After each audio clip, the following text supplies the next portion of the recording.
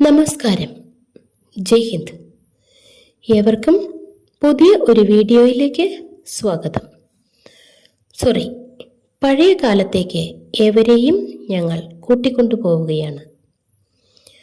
1947 August 14 അർദ്ധരാത്രി, അതായത് August 15 കടന്ന സമയത്തിലേക്ക്. നമ്മുടെ സ്വാതന്ത്ര്യം അർദ്ധരാത്രിയിൽ ആയിരുന്നു. അന്ന് ഇന്ത്യയിലെ ഒട്ടുമിക്ക ജനങ്ങളും ഉറങ്ങിക്കാണില്ല. അതായത് നമ്മുടെ മുൻ തലമുറക്കാർ. അവർ കാതോർത്ത ആ ശബ്ദം നമ്മുടെ ബഹുമാനപ്പെട്ട പണ്ഡിറ്റ് ജവഹർലാൽ നെഹ്റുവിൻ്റെ ശബ്ദം. നമ്മൾക്കും കേൾക്കാം പ്രശസ്തമായ ആ പ്രസംഗം. നെഹ്റുജി തന്നെ എഴുതി പ്രസംഗിച്ച tryst with destiny. Long years ago, we made a tryst with destiny, and how the time comes when we shall redeem our pledge, not wholly or in full measure, but very substantially. At the stroke of the midnight hour, when the world sleeps, India will awake to life and freedom. A moment comes, but rarely in history, when we step out from the old to the new, when an age ends, and the soul of a nation long suppressed finds utterance. വർഷങ്ങൾക്ക് മുമ്പ് നാം വിധിയുമായി ഒരു കൂടിക്കാഴ്ച നടത്തിയിരുന്നു, ട്രൈസ്റ്റ് with destiny. ഇപ്പോൾ ആ പ്രതിജ്ഞ പൂർണ്ണമായി നിറവേറ്റാനുള്ള സമയമായിരിക്കുന്നു. ലോകം മുഴുവൻ ഉറങ്ങുമ്പോൾ അർദ്ധരാത്രിയുടെ ഈ നിമിഷത്തിൽ ഇന്ത്യ ജീവിതത്തിലേക്കും സ്വാതന്ത്ര്യത്തിലേക്കും ഉണരുന്നു. സ്വാതന്ത്ര്യത്തിലേക്കുള്ള ഉണർവാണ് നെഹ്റുജി അന്ന് പ്രഖ്യാപിച്ചത്. നാം ഇപ്പോൾ കേട്ടത് ഇന്ത്യയുടെ ആദ്യ സ്വാതന്ത്ര്യ ദിനത്തിൽ രാഷ്ട്രത്തെ അഭിസംബോധന ചെയ്തതാണ്. എന്നാൽ അന്ന് പ്രസിഡൻഷ്യൽ സ്പീച്ച് ചെയ്യേണ്ടത് ആരാണ്? ഉത്തരം പ്രസിഡന്റ് എന്നാണെങ്കിൽ നമ്മൾക്ക് തെറ്റി.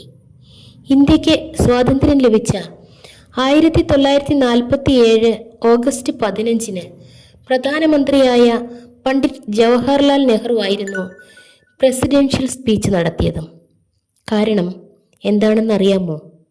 അന്ന് ഇന്ത്യക്ക് പ്രസിഡന്റ് ഉണ്ടായിരുന്നില്ല. അന്ന് രാജ്യസഭയും ഇല്ലായിരുന്നു. അതിൻ്റെ പ്രസിഡന്റായ വൈസ് പ്രസിഡന്റും ഇല്ലായിരുന്നു. ഭരണഘടനയും ഇല്ല. ബ്രിട്ടീഷുകാരുടെ ഗവൺമെന്റ് ഓഫ് ഇന്ത്യ ആക്ട് 1935 ആയിരുന്നു അന്നത്തെ ഭരണഘടന.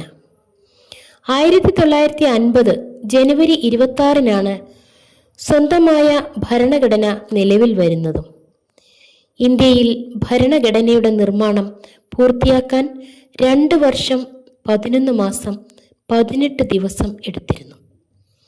1949 നവംബർ 26 ഭരണഘടന അംഗീകരിച്ചതെങ്കിലും ഭരണഘടന ഔദ്യോഗികമായി 1950 ജനുവരി 26 കരട് സമിതി അധ്യക്ഷൻ ഡോക്ടർ ബാബാ സാഹേബ് BR അംബേദ്കർ ആണ്.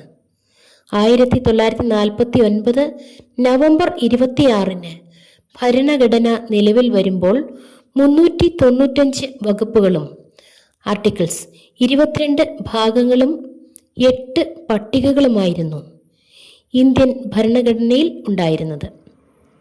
നിലവിൽ ഭേദഗതികളിലൂടെ ഇത് 448 വകുപ്പുകളും 25 ഭാഗങ്ങളും 12 പട്ടികകളുമായി വികസിച്ചിട്ടുണ്ട്.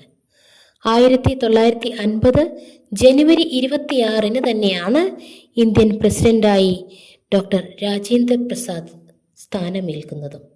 അന്നു മുതൽ പ്രസിഡൻഷ്യൽ അഡ്രസ് ചെയ്യുന്നത് പ്രസിഡന്റാണ്, അതായത് രാഷ്ട്രപതി.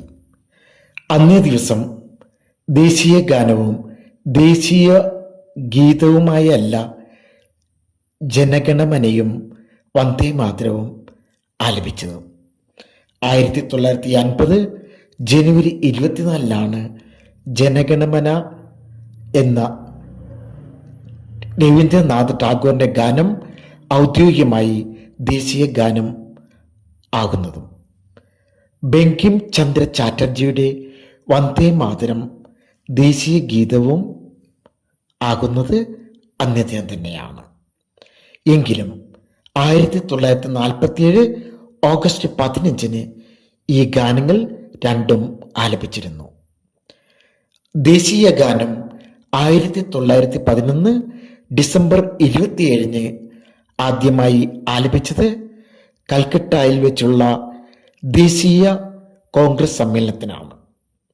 എന്നാൽ ദേശീയ ഗീതമോ ബങ്കിം ചന്ദ്ര ചാറ്റർജിയുടെ ആനന്ദമഠം എന്ന നോവലിൽ നിന്നുള്ള കവിതയിൽ നിന്നെടുത്ത വരികളാണ് രവീന്ദ്രനാഥ് ടാഗോർ ആദ്യമായി 1896 കോൺഗ്രസ് സമ്മേളനത്തിൽ ആലപിച്ചത്.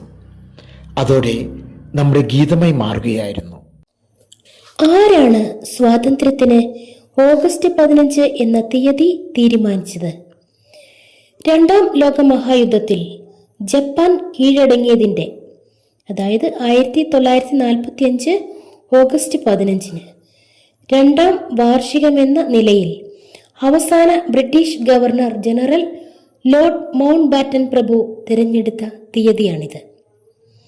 1948 ജൂൺ വരെ സമയമുണ്ടായിരുന്നെങ്കിലും രക്തച്ചൊരിച്ചിൽ ഒഴിവാക്കാനും കാര്യങ്ങൾ വേഗത്തിലാക്കാനും മൗണ്ട് ബാറ്റൻ പ്രഭു അധികാരം കൈമാറുന്നതിനായി ഓഗസ്റ്റ് 15 തിരഞ്ഞെടുത്തു. ഇനി നമ്മൾ പഠിക്കേണ്ടത്, അറിയേണ്ടത് രാജ്യസഭയെ പറ്റിയാണ്, ലോകസഭയെ പറ്റിയാണ്. അത് മറ്റൊരു ഷോർട്ട് വീഡിയോയുമായി ഞങ്ങൾ വീണ്ടും വരികയാണ്. Okay, thank you. എല്ലാവരെയും ദൈവം അനുഗ്രഹിക്കട്ടെ. ജയ് ഹിന്ദ്.